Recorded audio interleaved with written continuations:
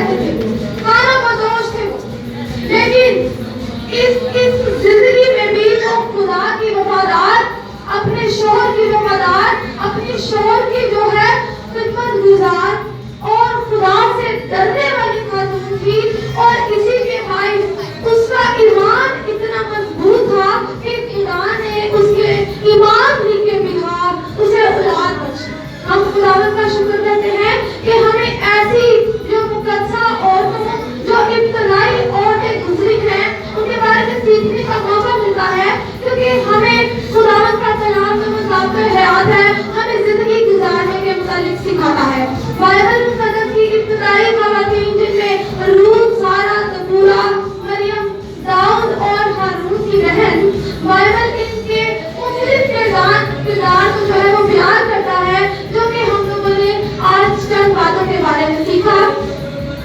خدا چاہتا ہے کہ ہم ایک نیک انسان 31 باب کے مطابق نیک خاتون بنے, ایک نیک عورت بنے جو اپنے گھر کا اچھا بندوبست کرنے والی, اپنے شوہر کو جو ہے اپنے شوہر کی ایک اچھی مددگار اور اپنے بچوں کی اچھی پرورش کرنے والی ہو. خدا ایسی جو عورتیں چاہتا ہے کہ آج کے دور میں تو ایسی عورتیں بنے. میرے عزیزوں, یہ مشکل نہیں ہے. خدا کا کلام جو ہے وہ لا تبدیل ہے. جب ہم خدا کا کلام پڑھتے ہیں, سنتے ہیں اور اس کی باتوں پر غور کرتے ہیں تو بے شک خدا کا کلام جو ہے ہمیں دل سے تبدیل کرتا ہے. خدا کا کلام ہمارے من پر گودے کو چیرتا اور روح تک سرایت کرتا ہے. اسی طرح میرے عزیزوں, جو آج ہم نے سیکھا ہے, ہم سب اس بات کے لیے خدا کا شکر ادا کریں گے کہ خدا نے ہمیں برکت دی. اور اسی کے ساتھ میں جو سب کچھ میں نے آپ کے سامنے بیان کیا, جو ایکسپلین کیا, خدا کا کلام آپ لوگوں کے ساتھ شیئر کیا, اس کا جو میں نے نتیجہ نکالا ہے کہ اگر ہم ببلیکل وومن ہوں گی, اگر ہم بائبلی خواتین ہوں گی, اگر خدا کی مرضی کے مطابق خاتون ہوں گی, تو بے شک جو حکمت اور اسپرچل لیڈی ہے وہ اسپرچل جو ہے اولاد کو پیدا کرے گی. خدا کا کلام فرماتا ہے جو روحانی عورتیں ہیں وہ روحانی بچے پیدا کریں گی, ان کی نسل روحانی ہوگی, خداوند کے نام کو جلال ملے گا. اور میرے عزیزوں, خداوند کا کلام جو لا تبدیل ہے وہ ہماری نسلوں کو سنوارے گا, ہماری زندگیوں کو تبدیل کرے گا. اور ہمیں ضرورت ہے کہ ہم خداوند کے کلام کے مطابق اپنی زندگیوں کو ڈھالتے چلے جائیں. میرے عزیزوں, خداوند آپ کو آج کے کلام کی